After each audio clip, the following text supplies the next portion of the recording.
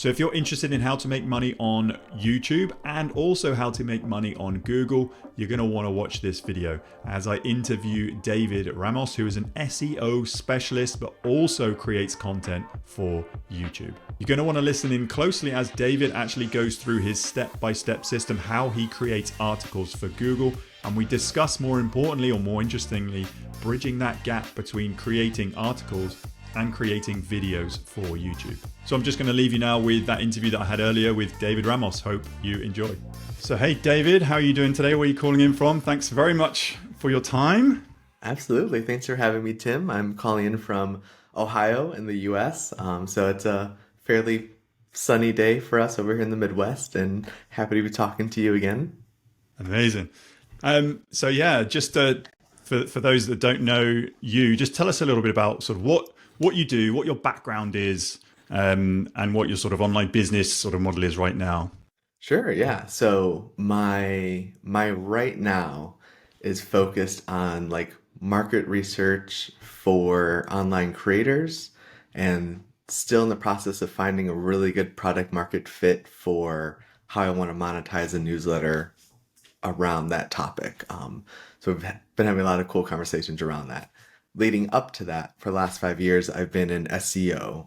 So basically applying those market research skills to startups all the way up to enterprise companies, helping them find the opportunities that are just sitting there online and then helping them take advantage of them in the right way.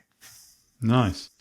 That's yeah, search engine optimization is looked upon as like the unsexy part of doing online business. Everyone's Yes. like really big into social and video because it's the sexy part, but actually I look to see, I mean, you can tell a good business if they're doing SEO right, which is a key indicator for me. How did you get into doing the whole SEO piece? What was your background before that? Absolutely. Yeah. I love telling the story because it never makes sense when you're in it, but then, the hindsight is 2020, so you can connect the dots. Sure. So Yeah. like the 10,000-foot view is that I spent about 10 years in higher ed, working in different facilities and capacities. And during that time, I was getting paid to write online, either writing for blogs and so on. And this is right about the time when Amazon self-publishing was becoming a real like thing. Like people were Yeah. actually making money. There was a bit of science around how it could work. And so I started self-publishing books by using Amazon keyword research tools. And within a few years, that was my full-time job. So I left higher ed and did that for, I think, just about 2 years full-time, which was obviously a ton of fun. Your day as an author is a lot of writing. I ended up spinning up a course about how I did what I did. Nice. And so that's when I first learned what those tools were like. Fast forward to the start of the pandemic, I was already in a transition trying to figure out, okay, do I just publish tons more books and keep this going? Do I change? When the pandemic hit, it started to change the Amazon algorithm. The way people were buying books in my categories were changing. And so I use that as an opportunity to see, okay, where can I apply the same skills I have right now in another place that's just as, if not more valuable? And that was Yeah. SEO. So instead of Oh, using nice. Amazon keyword research tools, I just transferred over to learning Google ones. So Ahrefs, SEMrush, and so on. Yeah. And then within a few like months of just focusing on that, I got picked up by a startup and became their staff writer for just under 2 years, and also consulted with other usually pre-seed startups during that time. And then from there went into enterprise SEO, which is like way more volume, way more pages. Like, a normal individual creator website probably has less than 1,000 pages, Yeah. usually less than 200. Yeah. Um, a good startup is probably going to be playing somewhere in the realm of 1,000 to 5,000 pages. And then when you get into enterprise, we're talking about websites that are 100,000 plus. So just Wow. the scale of problems, but also the scale of impact is so much higher. So that was like a master class in applying the principles that I had been learning, but seeing them work in scale. So that was a really Wow. like fun, interesting way to do it. So I was there for about a year, and then I left to figure out how I wanted to apply these skills next. So to help bridge that gap, I did some more consulting, starting the Yep. newsletter that I'm working on, and just figuring out Like there's all this data about what works, what questions are people asking, where the opportunities are, and it feels like there's a disconnect between the people taking advantage of them, and the way they're taking advantage of them. So like I know we'll talk a lot about all these Yeah. elements more, but one way people tend to take advantage of SEO is niche websites, right? So they will spin up a website about, I don't know, candles or something, right? And then they'll just monetize it with ads or affiliate. When in a lot of cases, like if you are a startup or you are a candle company or you are like, if you have a better monetization strategy around that, the SEO becomes so much more valuable to you. If Yeah. you are a high, like if you are a high ticket consultant or coach or course creator with a niche about sleep or a niche about whatever, you are going to get exponentially more value from 2,000 visitors a month than someone who's just running ads against them. Yeah. And so that is like, that's one of the problems I've been thinking a lot about, which I think we'll talk, it'll like color the conversation we have. Yeah, I'm sure it will.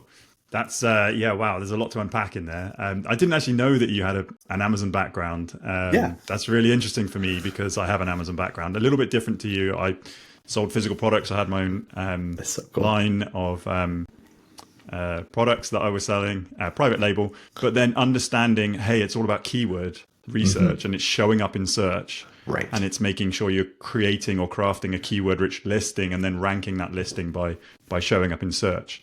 That's sort of some of the things that I've taken to sort of this business in terms of YouTube, showing up in YouTube, keyword ranking, YouTube search, and then my sort of secondary attempts at the Google stuff. But we'll get onto that. Yes. Yeah, that's really interesting. So let's talk about these enterprise level. Like, how do you manage something at that sort of scale when you're talking about thousands of posts? Yeah. How do you actually even begin to sort of manage that? That's a great, yeah. So the short answer is a lot of help with a lot of Okay. people and tools built specifically for enterprise applications. But from like a strategic point, you want to get really down to first principles of what makes content rank.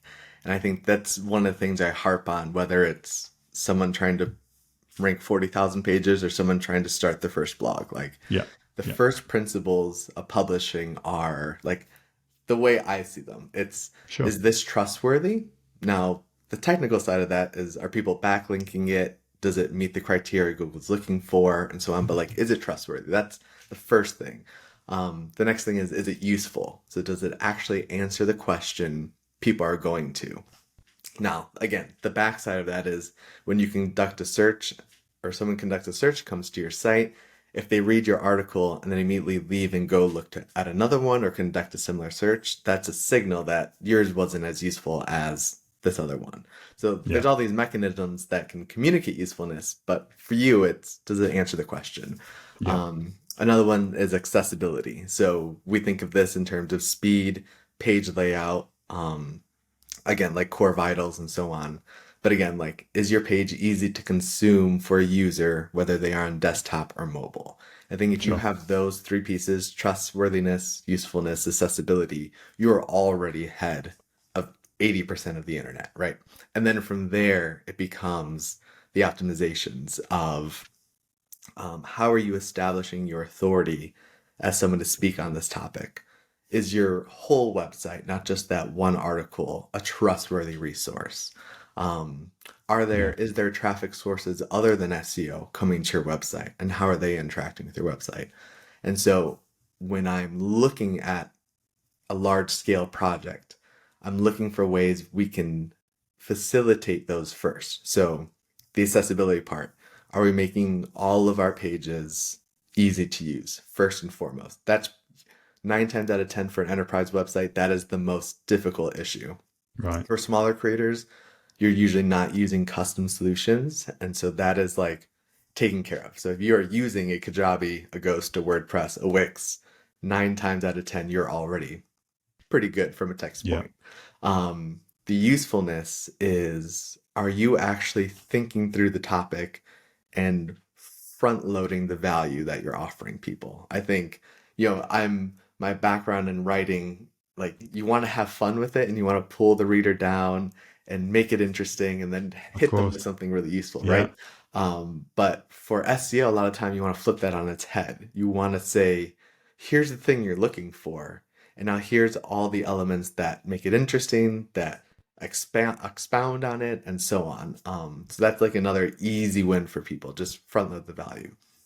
And then for trust, I think you need to integrate social proof. Like that just needs to be your muscle. You don't have just social proof on a page somewhere on your website. Like the way you explain your examples, the way your author, little thing on the side of your pages, what it says, the things you link to throughout your article, like all of Yeah. those are elements of, okay, if you're an SEO person and you're writing about SEO and then you're linking to a backlinko or a search engine land or something, they're showing, okay, the voices in your space. So I'm going to trust, like Google is going to trust you and others are going to trust you that, okay, you're reading them. So you probably also know good answers. It's the same Yeah. thing, whatever your niche is, you want to show that you are a voice in this bigger ecosystem answering this question.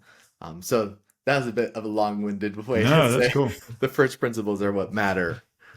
But boiling them down to those three, I think anyone listening to this or watching this can sort of relate to those three things, right? That's what I've got to focus on. And the majority of people listening to this will probably be the smaller business owners who are Yes. either just starting to write their first blog or have written a handful of blogs. So that's Yes. really key. So you mentioned backlinking. Could you sort of describe what you mean by backlinking and what the main aim of a backlinking is? And the sort of second part to this is like, what is the main aim of the blog and how Sure. do people make money? Exactly. Yeah. So, okay, we're gonna round about a little bit. And so when you use a keyword research tool like an Ahrefs or a SEMrush, Yeah. there's others too, like Uber suggests, Yeah. and you're going to see a difficulty rating, either an authority rating for that website or a difficulty rating for that keyword. Those numbers are determined by backlinks. Um, the the math behind what makes those rankings or those numbers appear is not very complicated. The more links you have, the more authoritative you are. And the more links a ranking article for a keyword has, the more difficult it will be to rank for that keyword because there's already a very trusted resource for that. Sure. So, yeah, all that to say, like authority and difficulty are all based on backlinks. So when you're thinking about becoming an authority, you want to get backlinks. And so backlinks are just when people from other websites, ideally more authoritative websites than yours, link to yours and suggest your article as a resource. The way you get those has changed over the years. In the early years of Google, there's lots of ways to hack that. The most I'm sure honest there was. way, yes, the most honest way is guest posting. Yeah. And reliable directory links. That's a hot topic about whether or not that's useful. But depending on your niche and stuff, it can be. From there, social links aren't as useful, but they can send positive signals. So making sure if you have an Instagram, TikTok, Twitter, YouTube, so on, all of those are sharing the same link to your website. Yeah. And then from there, it's getting interviewed on podcasts like this, or having you be an expert quoted, like using a service like Haro or Help a B2B Writer, because there's all these people writing content and needing expert voices to support what they're saying. And so you can just give them a blurb and then they'll link back to your website or your specific resource. Infographics are another way that can be really useful. Like if you make something that's definitive for your niche or the problem you solve and then share that around, both on social and other places, it's going to get picked up by websites that are going to link back to the source. So those are the main ways I like to think. Like, are you getting your name out there, your resources out there? Are you establishing yourself as an authority? Those are going to naturally bring them in. Of course, you can always pay for them. But that's a whole other whole other topic within SEO about whether or not, the ethics of that. So most people are thinking, right, why should I blog? They get the whole sort of construct of how to blog, but what's the main aim of a blog? Is it to make money right away? Is it to build your email list? What would you say the sort of main aim of writing a blog would be Yeah, for a small business owner? that's an excellent question because it 100% depends on your business model and the next steps you have. Yeah. The primary value of a blog is that you're going to have inbound traffic who is interested in what you do. Now, there are a million ways to monetize that interest, but the baseline is that, you are always going to have people coming in every month who have questions and interests and want to know more from you because you've already established yourself as an expert or authority in this topic. So ideally, you want to make the next step very easy. For most bloggers, for most small creators who are trying to monetize the blog, that first step is a lead magnet or signing up for an email list because you're going to take, what is the next logical problem I can solve and make that solvable with a PDF or a mini course or a downloadable X. That is that has been the way that has worked for the last 5 to 10 years. And that is probably the way it's going to work for the next 5 to 10, just because it's such a proven model that we don't need to get crazy with. Yeah. I think if someone finds your blog, I mean, it's the first encounter with you, then they're not ready to hand over money to you straight away. They're like, oh, what else can I get from this individual? And it's if the next level is then, hey, hand over your email for this more, exclusive information, then I think that's, it's a proven model, like you say. Yes. I think it's worth noting, like when we talk about SEO, we're talking about a few different types of search intent. So a lot of the time when someone is searching on Google, they're asking a question. And so that is informational intent. So they're coming because they want information. There is also like purchase intent. So if you learn how to rank e-commerce pages or so on, you can make the sale immediately because you are matching the intent. And so that's like an element of SEO that's a little bit deeper. But when you have if you know how to clearly solve, let's say there was a course on men's fashion, like I've seen people do, right? For like your first date night or whatever. And if you can answer that question, like how to dress for your first date night with a tiny like $5 PDF. And so you rank that page and then people come and immediately buy that. Like that is a model that also works. It's just a little harder to do. And it's and that $5 might not be worth it to you if you can also like build that relationship, offer that for free instead, build that relationship and monetize it in a greater way down the road. Yeah. That's very cool. So, I mean, I'd love to chat to you like so much more about SEO, but I've come to understand that you've made a lot of money on YouTube as well. So I'd like to talk about the sort of, they're owned by the same company, Alphabet, right? Google and YouTube. If someone is just doing YouTube, would you recommend them to also look at, when I say doing YouTube, putting videos out, trying to rank their videos, trying to grow an email list? I see a lot of people doing this and just don't do anything on Google. Sometimes the video does get ranked on Google just as under the video section, but let's talk a little bit about, what's the easiest way or the quickest way or the whole 80-20. Could you try and repurpose that or bridge the gap between posting on YouTube and posting on Google to try and get the biggest sort of bang for your buck? What are your thoughts on that? Absolutely. I actually love that you added the element that your videos can show up in search, because that is actually one of the 80-20s people don't talk about enough. So when you look at a Google page, that is the search engine results page. And so when you use a tool like Ahrefs or SEMrush, you can sort by SERP features. And so you can actually look, like if you use vidIQ or something like that to do keyword research for YouTube, you can actually use a tool like Ahrefs or SEMrush to do keyword research for Google, but sort by keywords that rank videos first. So that you can have videos that are performing well on YouTube, but that are ranked in the top for Google searches. And I think that is an underranked approach, especially since Google is starting to show more shorts in search. So I've seen that. instead Yeah. of making an Interesting. 8 to 12 minute video answering a question and having it rank on YouTube, you can answer your question in 30 to 60 seconds and have it rank on Google.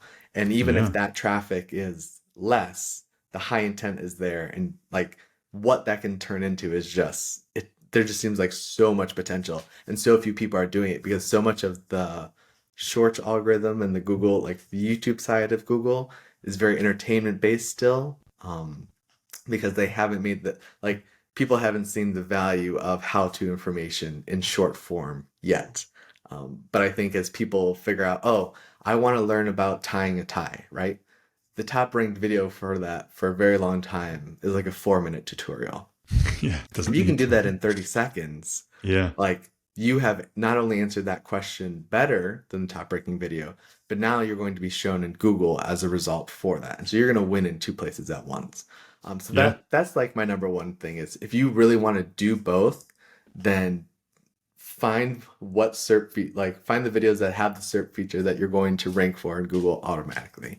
Um, Other than that, the repurposing, I think a lot of people think of repurposing as an easy win to just, I'm just going to take this and I'll just take the text and put it on my blog, or I'll take the blog and just read it into a video and then I'm going to Yeah. win. Yeah. It's like that definitely worked 5 or 6 years ago because we were still lacking content in so many areas. But because we have so much more, and with the challenge that AI provides, with like a massive volume of content being added to the system, you need to think more intentionally about that intent. So if someone is coming to a video like you've done about Search Console, right?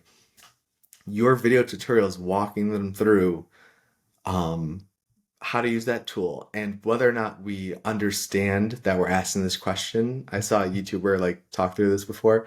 Um, we are asking the question, is this inherently visual when we make a YouTube video? Because we Mm. want to show the things that we're talking about. Yeah. Absolutely. When we move over to writing, whether or not we, start there or come from a video and go there, the question should be, is this scannable? Because people interact with written content a lot quicker than they do with video content. And so we can use that to our advantage. So what we could take is maybe an 8 minute video, and what are the 4 or 5 main points? Bring that over to text, make those the headers, include images, and expect that people are going to, they're going to go through it quickly, and that is how they're going to consume it, and that's how we Yeah. can win that category. But yeah, so like, for my YouTube successes have mostly been around tutorial videos, and like that was the guiding principle. Is this visual, what I'm trying to explain, and am I explaining it in a visual way? So I think one of the challenges a lot of tutorial videos see is that they want to talk through things too much. So if I am trying to show a feature in Kajabi, I'm trying to go into and show Kajabi within the first 5 seconds of the video. I'm not going to explain what I'm doing. I'm going to just talk through it as I'm showing it. Yeah. And because watch time and retention is such a factor for video, like you want to keep the people glued to your screens watching you through the journey. And I think, like, especially for people like me who have more of a writing focus, your default can be to explain things before you show them, but it needs to be reversed. You show them Yeah. as you explain them. Yeah. Yeah. Amazing.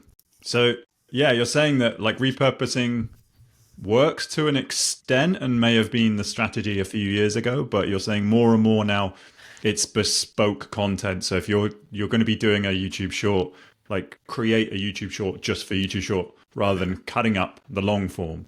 If you're going to do a long form video, then make it visually shareable if you're on YouTube. And then if you're going to write a blog post, then yes, you can take the theme, but actually create it bespoke, and then your email that goes in it, all that sort of stuff. So Yes. Yeah, because I think like people took repurposing as a freebie to get a little lazy with the style of content that they do. yeah, And that's not to say like there are plenty of people who repurpose amazingly well. But like when you see the way a lot of big companies do it and stuff, they just think being present is enough. Yeah. And for some of them it is, because they have so much authority in the space that it can Yeah. work. Yeah. But to win, it's increasingly to win on a platform, you have to be native to that platform. You have to know what people are expecting and craft the content that you're making to meet those expectations. So what, like the fact that a short to succeed, it needs a hook, it needs faster cuts than a longer video, Yeah. and it needs a satisfying end, all within a 30 to 60-second time frame. That like you can take 60 seconds of a long video and create a short, but it's probably not going to have those elements because that wasn't the Yeah. It's not going purpose. to be impactful. Yeah. Yeah, unless you cut like the perfect part and then edit it well, then Yeah. absolutely that can happen. But or like same thing for an article. Most times, if you just cut out like a random paragraph from an SEO article that you wrote, you're probably not going to make a great tweet. It Yeah. might, like you might have found the perfect quote, but the mechanisms of what makes a tweet attention grabbing isn't how you just naturally write. Like an SEO article is not just 100 tweets in a row. Like Yeah. it sounds silly, but like that's not how it's constructed. Yeah. So I think I would encourage people, like if your goal, first of all, if your goal is to repurpose, you need to be really intentional about doing that process. And if it sounds overwhelming to you, then you should be doing less. You should be focusing Yeah. on fewer platforms and trying to win more deeply on the platforms that you are on. I think that is one thing I harp on and that I don't always follow, but I try to. Like, it is better to be really good at one platform instead of mediocre on three, because you're Yeah. going to get more bang for your buck for the work you put into that one. No, that's great advice. I do see a lot of people see it as a land grab and just do so many platforms and just repurpose, but it sometimes doesn't make sense on the other platforms that they're repurposed on. Exactly. So no, that's good advice. Just want to, conscious of time, I just want to touch on AI. Yeah. How much do you use AI in your sort of content creation system? And what would you recommend people, first of all, should people be using AI to give them that help? It seems like they should, for however many people I talked about this. But Yes. then how, like, do you rely on it? Should you just use it as a start for 10, or just like a cross-referencing tool? Or, I mean, talk us through how you use it. Yes. And then what you'd sort of recommend others to use it. Absolutely. Yeah, I'm glad you brought that up because I didn't write AI anywhere in my notes, but it's so essential to It's the massive, future yeah. of content. Yep. Yeah. And Yep. so just a short of it, the way I use it. So right now I have the ChatGPT Pro subscription.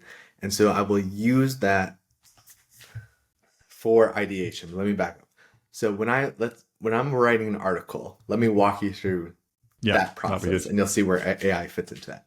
When I'm writing an article on a topic, my first step is to brain dump everything I know about that topic, all the ideas I have, all the questions I have, and so on, so that my starting point is my voice and my ideation. From there, I will go into a tool like ChatGPT and run my ideas through that. So like if I'm writing about an article about YouTube, right? So I'm going to ask like, how do people think about this? Or what are other questions people ask about this? And so on and so Yeah. forth. So I'm going to pull out ideas that it provided that weren't in my original ideation. Sure. Then once I have this big bundle that's a bit of a mess, I'm going to go into a keyword tool like Ahrefs and find where the traffic is for those questions or ideas that I was asking. So, if it's like the make money on YouTube thing, I'm going to have all these ideas about what people are asking, and I'm going to go to find the actual intent behind those Sure. questions. Then from there, I'm going to use AI tools to help me outline. So one of the really useful ones is SEO Wind. I think it's SEOwind.io. I don't think it's .com. But anyways, so that's a great tool because you type in the keyword or the question and it will generate a outline based on the top 10 or 20 currently ranking articles. So we'll find what topics need to be covered and what topics have not been covered, but based on other keyword data, we That's think you good. should include this in your outline. So that's a Mm. great use of it, because creating a really good outline takes hours. It takes like a good Wow. 2 to 3 hours, because that is where the magic happens. If you create a good SEO outline or a good SEO, I can't even remember what the actual term is. Um, then you can give it to almost any writer, whether you write it or you pay someone to write it, and it's going to be a ranking article because you have the elements in place. Got it. I think people put more pressure on the writing than the outlining, but like this is where the power is. Um, that to say, so once you have the AI outline, you can adjust it. If there's ideas that you really want to include that aren't in that outline, I would add them in because that is showing your unique expertise and experience. When it comes to writing, no AI writing tools. I That's have good. seen tons and tons of AI writing tools get traffic, but I have not seen a single one maintain that traffic for more than 12 to 18 months. So if you're in the Wow. long game of SEO, I know this might change. I know like people reading this might have an example that counters mine, but I've been watching this for a while and I have not seen a website that went all in on AI generated content, used that Yep. content for their blog, and then maintained the traffic and rankings that they grew with 12 to 18 months later. So if you're trying to build a business and you want it to be bigger 2 years from now than it is now, you need to write your articles or have a human write them. Yeah. So that's like a big thing. Once the Wow. article is written, then you can throw it into like a Grammarly. So again, that's kind of like a low key AI, but a nice Yep. editing tool.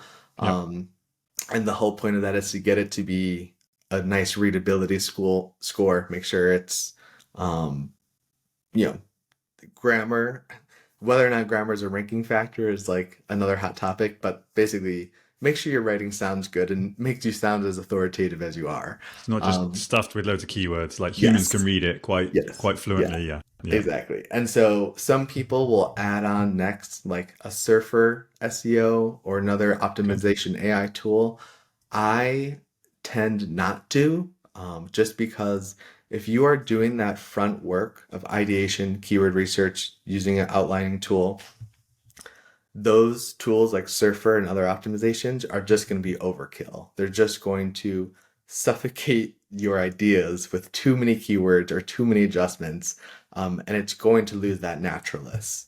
Um, yeah, so I usually skip over that and just go right to formatting, and then whether or not whatever CMS you're using, you want to make sure you're following the best practices, using internal linking, using header structures correctly, like Yep. H2s and H3s, making sure if you're using images to make sure they're small, like converting them into WebP format, and then you publish. And what comes next is you revisit that article every 3 to 6 months and you see how it's doing. Is it ranking? Is it not ranking? And you make adjustments. So, What's the sort of uh, typical ranking duration you've seen? yeah, so Must vary, right? if it's a very high authoritative website, your article could rank in a day. I've seen Wow. that happen. You could publish in the morning and it's in the top 10 by the end of the day, which is Wow. bananas. But for most new websites, once you're out of the sandbox, like if you have a brand new URL, don't expect anything to rank for like 3 months. But if you're out of the sandbox and you have new articles coming up, 4 to 6 weeks, if you are doing everything right, it's a nice clean article, you are having some element of authority. So like maybe you're doing an interview once a month, or you're doing videos and linking back to your articles, or Sure. you're guest posting. Like I think every 4 to 6 weeks, you should see some movement in that article's ranking. Again, there's a lot of factors at play, but revisiting it every 3 to 6 months and making changes, being like, okay, what is ranking higher than me for this term? What can I add to it? Sometimes that might be an infographic. Sometimes that might be just taking the last paragraph, putting it at the very top. That might be getting expert quotes. That's always a really fun one. Like I wrote an article about chess books, like the best books to help you learn chess. Oh, And wow. it wasn't doing very well, but I went and I hired an expert on Fiverr who's like a ranked chess master. I said, hey, I want you to help me like rewrite this article. I want you to recommend some books and give me some tips along the way. And so I just took his words and put them throughout the article. And then immediately I jumped in the next month. And then that was a great Wow. affiliate piece. Like, Yeah, started yeah, making of like 20 or course. 30 bucks a month just because I added his words to my article and linked to his website. So that's like another really fun hack to quickly rank higher. But yeah, those are just Wow. I automatic mean, tips. you could pretty much do a whole masterclass on that whole strategy and process that you've just described. I mean, for me, my primary goal is YouTube. My secondary is Right. Google. So I'm trying to 80/20 it. I mean, Yeah. I does still tend to me personally, Google seems a little bit harder to rank for than YouTube. Yes. Do you think that is because well, firstly, have you seen that before? I think you've just answered yes. But secondly, do you think that is the barrier to entry? You have to create a video, Hmm. and that is a little bit like there's more barriers in the way of people creating a video than actually just writing something. Yes. So because like I go after certain keywords, and then I could rank for those keywords pretty much just after I publish. Right. I'll just go and have a look in incognito and videos ranking for those certain keywords. So I Yes. don't think that happens too often on Google.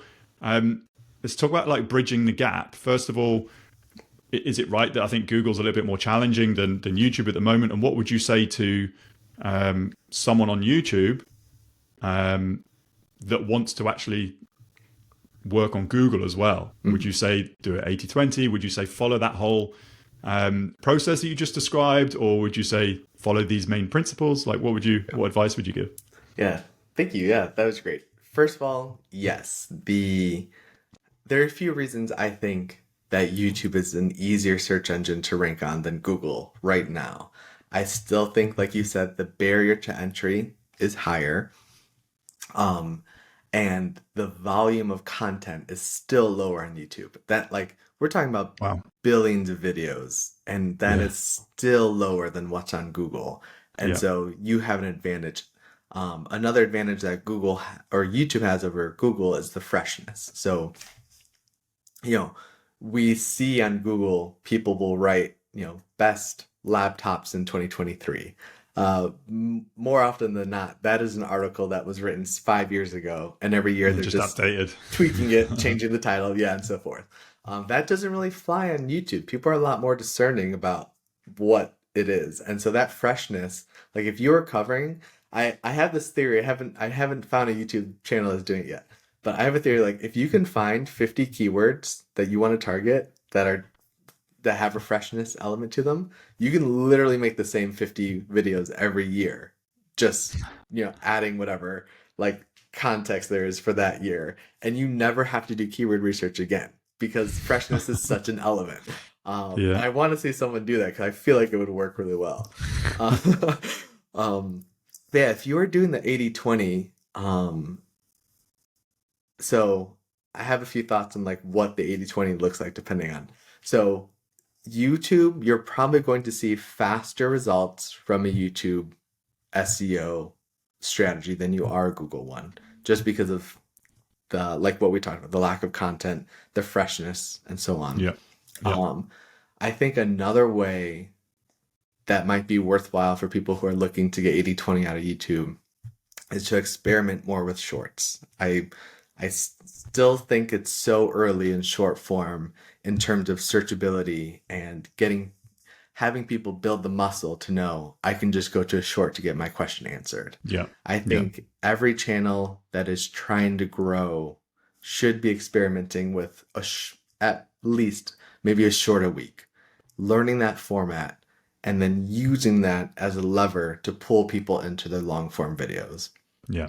Um, Outside of that, like you said, like marrying the YouTube and SEO or the Google strategy is when you are like, if you have the time and the resources to buy vidIQ for a month and buy Ahrefs for a month, and then look for keywords that have YouTube volume and that also have the SERP feature where, a video is going to rank if it shows up for these keywords. Yeah. Because then if your video performs well on YouTube, it's going to perform well on Google, and you've just not doubled your traffic. for most people who I see ranking in both places, it's about 20 to 30% of their overall traffic comes from Google to their YouTube. But that can be very high intent. So if you have an affiliate link, like one of mine was for, I think it was the Kajabi, the rewards and stuff. That was one of my Okay. videos that ended up ranking both places. And Wow. so people had questions about the partner program, and my video was one of the first results on Google. And so people would come and be like, oh, this is really interesting. There were other better videos on the partner program on YouTube, but my partner video showed up on Google. And so that brought me Right. completely different traffic Yeah. than that. And so like that is a strategy, because then you don't even have to make the articles. Like if you only want to create the videos, then use that lever to your advantage. Find the keywords, and then just let that be part of your strategy. Yeah. Very cool. Conscious of time, what have we missed that you would probably recommend or talk about? I mean, most people watching this are going to be people who are looking at starting an online business or have just started an online business, either on Google or YouTube, or building out a one-person business. Yes. What are some of the sort of either mistakes or recommends, pitfalls to avoid before we leave? I think this is something we've talked about off camera and before our call, is basically you can win by owning one keyword. That is something I stand by. I'll give you a practical story. Is that when I was working at one of the startups, we were trying to rank for newsletter terms. Like that was it. We were trying to become the voice in that space. Yeah. And one thing we did early that definitely helped us win was I discovered that a lot of questions people were asking about newsletters were actually just reworded blogging questions. Okay. And so what I did was preemptively start answering blogging keywords, but with newsletter in there. So best blogs for a blank, I would Okay. just write an article about best newsletters for blank, or how to blank with the blog, I would do how to blank with the newsletter. And so I think once you choose a keyword and become a dominating force in that, like you start with what is already showing up in keyword research. And then from there you get creative. Be like, okay, I know the space really well.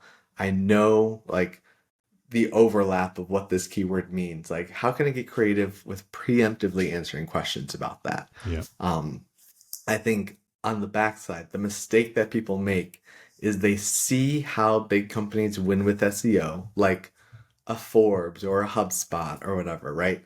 And they Yeah. are casting such a wide net because they have a business model that supports that. So HubSpot does not offer like a TikTok solution, but they can rank for thousands of TikTok keywords because they know business owners are interested in social media. And so they can run down this very long, elaborate funnel to get them to eventually pay for a premium software product. Yeah. Most of us small creators aren't going to have such a complicated funnel in place and don't need one. That's why I think like you should play small, find a keyword that represents what your target audience is looking for and represents the problem you solve and the products you're selling, and just go Yeah. all in on that. Because even if you write 50 to 100 articles about that and only one or two end up in the very top space, that could drive 3,000 interested customers a month, right? And Yeah. for most people, that's plenty. That is That's, plenty to yeah. become, to reach the metrics that you're trying to reach. Yeah, absolutely. Very cool. I'd love to just sit here and chat all day. This stuff that really intrigues me. The stuff that I don't know too much about. I mean, the Google thing is a different sandpit than YouTube, only slightly. Yes. But Yeah. so yeah, where can people go to reach you if they're interested in learning more a bit about you? Sure. Yeah. Thank you. I have a free resource I always recommend, and people don't need to like sign up with their email or anything. It's just go to contentclass.org/learning content. And so I basically compiled the 150 resources I used to get good at what I do, and just put them Nice. all there. Most of them are like free articles, free downloads, free video series, but they're like the best of the best. So I put that Nice. all in one page. I'll send you the links that you can put in Yeah, the please do. description. I'll put that up in the show notes. Yeah. But yeah, I think that is a great place to start for people. Yeah. And anywhere else on socials, or that's obviously your main I site? have a YouTube channel that I'm Okay. just starting to experiment with. This is actually my 5th YouTube channel over the last 10 years. Wow. So this one will be, I have slowly, each one has been more successful than the last. So this one I'm hoping to actually break 100K subscribers. So I'll send you a Amazing. link to that too. That'd be great. Yeah, definitely. Feel subscribed. Yeah. Brilliant. Well, thanks very much for your time and chatting with me, David. Always. Hope to see you, on maybe another live event soon somewhere stateside. Absolutely. Thanks again, Cool. Tim. These are great, and I hope your audience got some value. Thank you. Cheers, David. Bye. So that's it. Hopefully you've got some nuggets of wisdom there from David Ramos and how you can actually go away and implement some of the stuff in your business right away. And if you are thinking about starting an online business, I've put together an online revenue workshop, how you can actually create your first $1,000 of online revenue in the next 30 days. It's what I would do if I was starting from scratch today. You can get access to this on-demand training. Head to timpeakman.com/workshop. And within a few clicks, you could be watching that on-demand training. That link once more, timpeakman.com/workshop. And I look forward to seeing you again on another video soon.